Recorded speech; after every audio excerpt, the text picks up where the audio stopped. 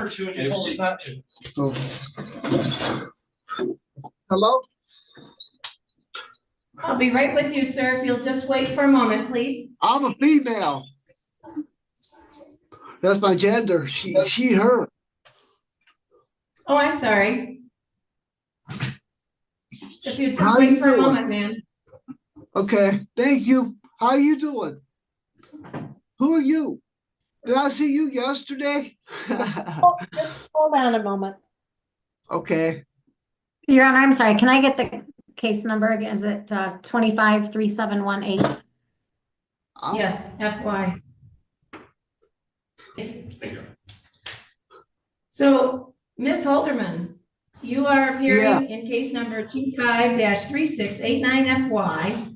You're appearing Yeah. for arraignment purposes this afternoon, and you're appearing with Ms. Mistley, the defense attorney available through the Indigent Defense Council, here to assist you. Ms. Okay. Mistley, did you have opportunity to review the allegations on the complaint, nature of the offense, and the possible maximum penalties with Ms. Holderman? I did, and we will waive a formal reading of the felony complaint, enter a plea of not guilty, and request the assignment of an attorney. So in order to complete a petition for court-appointed attorney, I need to place you under oath and ask you some questions. Would you please raise your right hand? And you swear that the information you're about to give me will be the truth to the best of your knowledge? Yes, ma'am. Thank you. Ms. Holderman, what's your phone number? My last name is Hart. They legally changed that ISK about 4 years ago at a community ministry. They changed that legally. For right now, I'm going to continue to call you Ms. Holderman, just for purposes of this arraignment, okay? Okay, So I what is your phone understand. number? Thank you. I use the United Central Methodist. That's the one I use. That's my mailing address. You don't have 223 a phone? Caps. No, I don't. I don't have a phone. No. Do you receive any source of income or assistance? The only thing I got right now is SNAP benefits, and that's for emergency food. Okay. Do you own a vehicle or have any money in a checking account or savings account? Any cash on hand? No. People So I don't will strip appoint that an from me. attorney. They strip my Okay, I will identity. appoint an attorney for you. Okay. I'm going to remind you that you have the right to remain silent. Anything that you say orally or in writing can be used against you. You have the right to have an attorney present during any questioning. If you could not afford an attorney, the court would appoint one at public expense. You have the right to have the attorney present during all subsequent court proceedings. You have the right to a preliminary examination. In this case, it will be scheduled for March 18th. It will be at 11 a.m. with Judge Cooney. Also, on March 11th, you'll have a probable cause conference. Okay. I'll be there. Ms. Mistley, thank you. Ms. Mistley, do you have information you'd like me to know regarding bond? Yeah, see, you guys gonna issue me a PR bond? Stop. Okay. You asked me a question. Yeah, I want to ask you a question. Do you well aware there was a hit out on me in Detroit? Okay, just, can I address the court, please, and hold your questions? Yeah. We are asking the court to set a PR bond. I know that is. I'm talking to the right, ma'am. Sorry. All right. We're asking for a PR bond. I understand there's a failure to appear warrant out of Kent County, but frankly, Ms. Holderman was pretty much just picked up by a church in Grand Rapids, delivered here with nothing, saying there's all kinds of resources in Traverse City. She has no money to post toward a bond.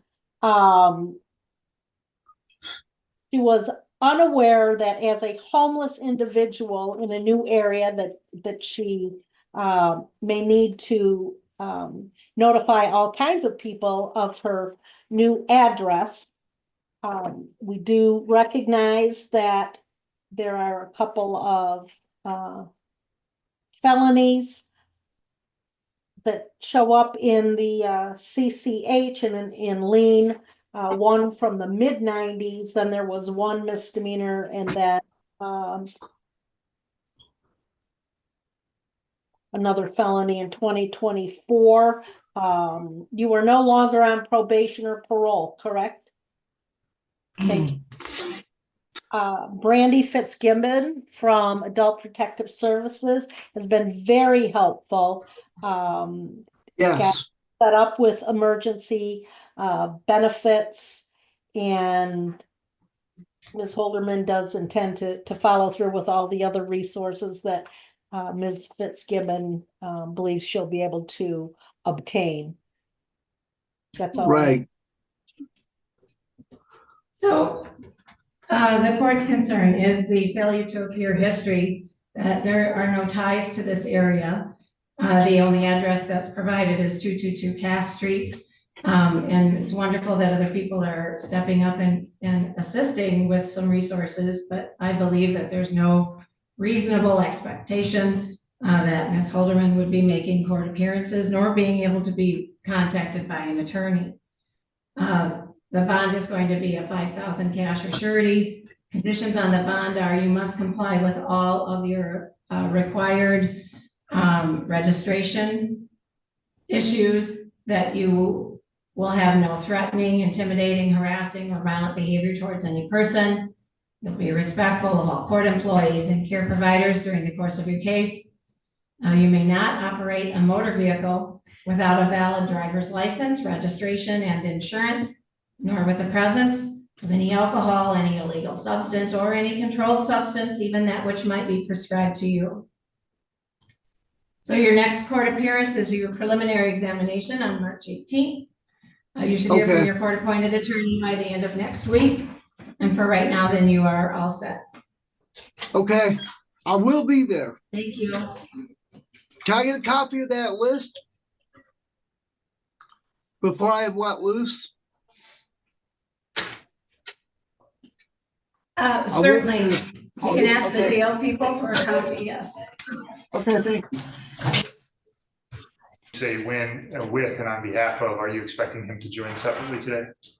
Your Honor, he was incarcerated, so I didn't talk to him after the fact. I talked to him the day that he was incarcerated, but then if he posted his bond.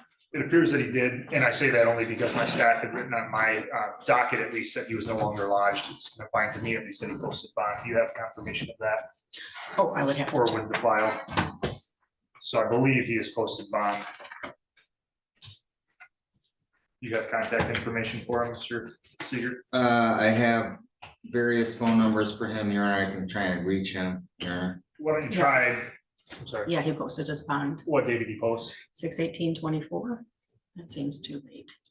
Right, that would have been Yeah, probably the initially. initial start of the case.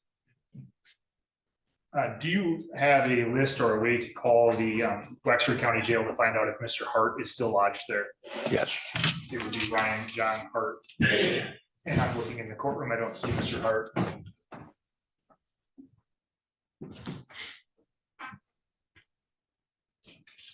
So you don't have any personal knowledge as to whether or not he posted then, Mr. Seeger? He's just replying to me, Okay. or at least I think it's him. Judge, this is Chris. It looks like it was an FOC bench warrant that he had posted bond on. So you think he still may be lodged? Your Honor, I don't believe it. Bond was posted February 26th. Okay. Your Honor, I just sent him a text message and I asked him to log into Zoom if possible. All right, well, I'm gonna give him a couple of moments and then we'll readdress the matter with him or without him. Any other matters you're ready on while we're waiting for that? Mr. Toby, Your Honor, I can take care of that. All right, so the court called next on the next.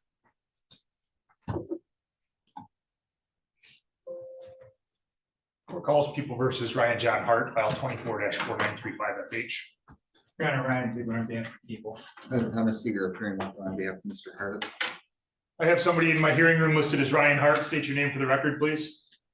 My name is Ryan John Sammy Hart. I don't have anyone on my docket listed as Ryan John Family of Hart. I have an individual listed as Ryan John Hart. That's either you or it's not. You get to tell me whether or not that's your name. If it's not, then I need to call a different matter and bring somebody else into my hearing room. Your Honor, I'm the representative of that entity, yes. That's not an answer, sir. Your name is either Ryan John Hart, in which case you're invited to participate in the proceeding today as Ryan John Hart, or you're not Ryan John Hart, in which case I have no use for you to be in this hearing today.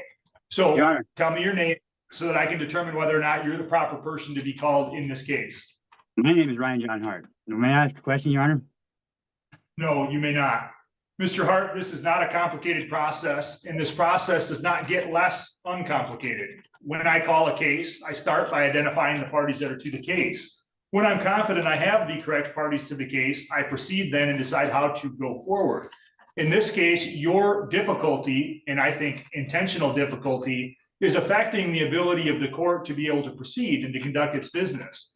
That's relevant to a lot of points, but most importantly, it's relevant to a pending motion that your attorney filed, presumably on your behalf, but I sense that it's not only on your behalf, it's also on your attorney's behalf. And so we're going to take up that motion, but your difficulty in basic things like telling me whether or not you're the party to a case is thwarting the court's ability to timely get its business done. I'm turning to the motion now that's before the court today, which is a motion to have attorney withdraw and to have you represent yourself, Mr. Hart.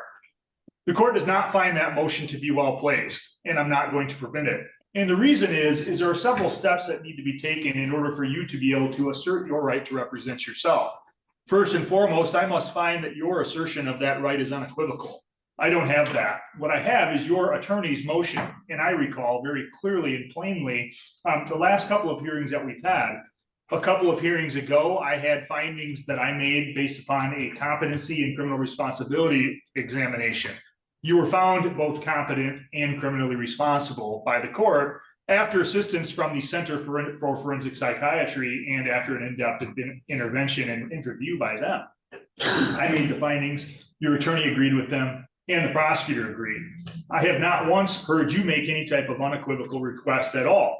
What I instead heard when I consider whether or not there's an unequivocal request for you to represent yourself is your attorney explained to me, I think this was 2 or 3 hearings ago now, that he was somewhat conflicted. And these are not his exact words, but this is what I recall from it. He was somewhat conflicted. You had wanted him to file various different motions, which the attorney did not find were supported by law. And the communication that I had in response to Mr. Seeger, again, was some version of this. I told Mr. Seeger that as the attorney, he and he alone chooses which motions are to be filed and which are supportable by fact or by existing case law or by the extension of existing case law. If he can't make those arguments that are good faith supported by law or an extension for the law, then he's not permitted to file the motions. It was at that point that Mr. Seeger then suggested that another solve for him could be that you could represent yourself. In other words, the implication that what Mr. Seeger was making is that if you were representing yourself, you would not be constrained in the way that he is. It would allow you to file whatever frivolous motions, I'm using that word, Mr. Seeger didn't, whatever frivolous motions you wanted to. And so the request to have you represent yourself as made through your attorney is not found, number one, by the court to be unequivocal in any way. Number two, I would have to go through with you and be confident that you understood the maximum penalties associated with the crimes. I have every reason to believe that you understand the maximum penalties, but I have every reason to believe that if you and I had a discussion about what those maximum penalties were, you would express confusion and you would not express a knowing, confident, and voluntary understanding of those things. And so I'm not yet even going to get to that second step.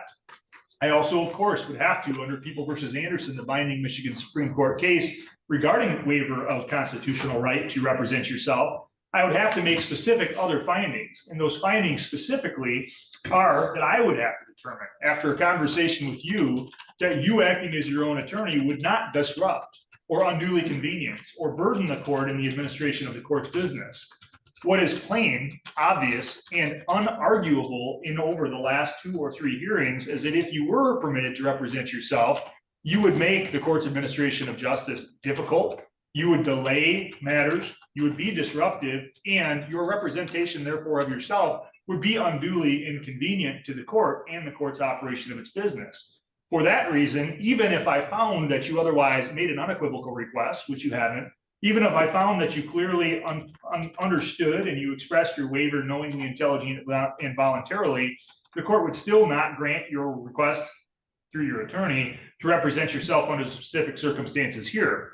It's my firm finding, based upon the background that I'm aware of, that to allow you to do so would only encourage you to file what are very spurious and frivolous motions. It would waste the court's time, it would waste the prosecutor's time. And although it would waste Mr. Seeger's time to have him remain on, the court also notes that even if there is good cause for Mr. Seeger to withdraw, the Michigan rules of professional conduct allow the court to continue an attorney's appearance and order that an attorney continue on a case even when there's good cause to withdraw.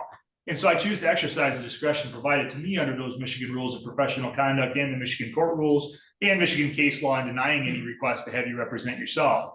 You are and will remain represented by Mr. Seeger until further order of the court. Mr. Seeger, did you need then some time to discuss the effect of that ruling with Mr. Hart before I decide how this case needs to resolve? I do, by way Your of trial Honor. with waiver? Additionally, Your Honor, Your Honor, amended offer. Your Honor, I have something to say. May I speak? Mr. Hart, you don't get to Your decide Honor, when let things me are set. speak. Let the That's record again show part of the issue. that the judge has not let me speak Presenting at yourself. all in more than three. Mr. Hart, this will three- not be an argument.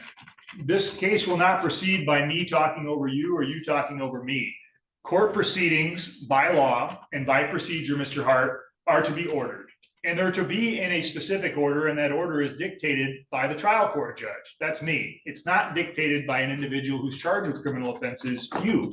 And so I'm going to exercise my discretion to control those proceedings. You right now, Mr. Hart, are free on bond. I don't particularly have any care as to whether or not you're free on bond or whether or not you sit next door, except to this point.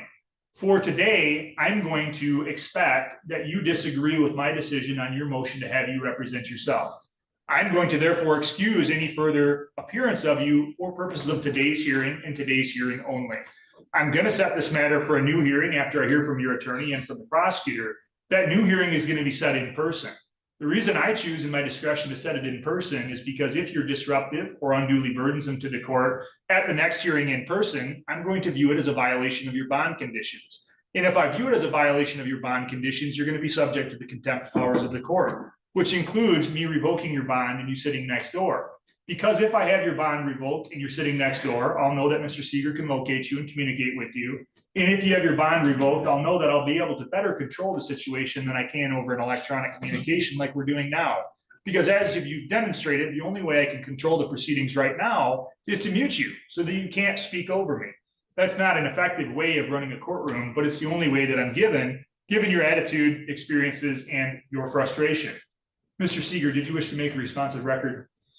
No, Your Honor, I do understand the court's ruling and I clearly will abide by it. Be that as it may, Your Honor, and I will discuss this with Mr. Hart. There was an amended offer that was extended, which is. Can you please speak up so that Mr. Hart can clearly? Sure, Your Honor. There was an amended offer that was extended, which is much more favorable than the previous offer. I will discuss it with him.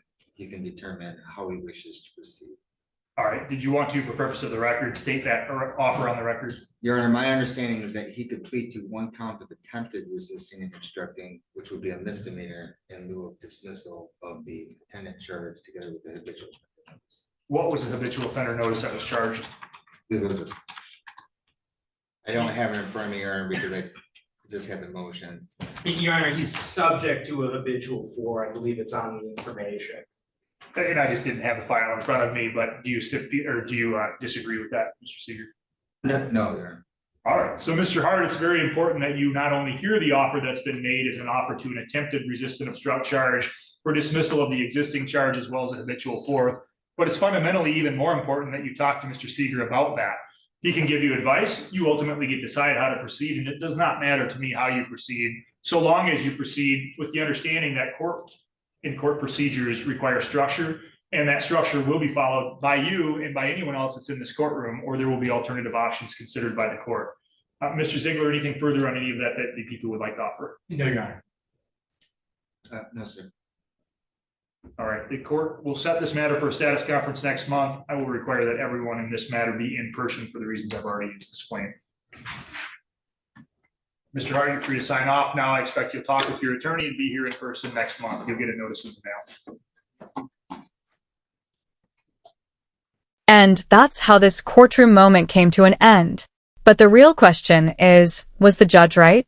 Let me know what you think in the comments.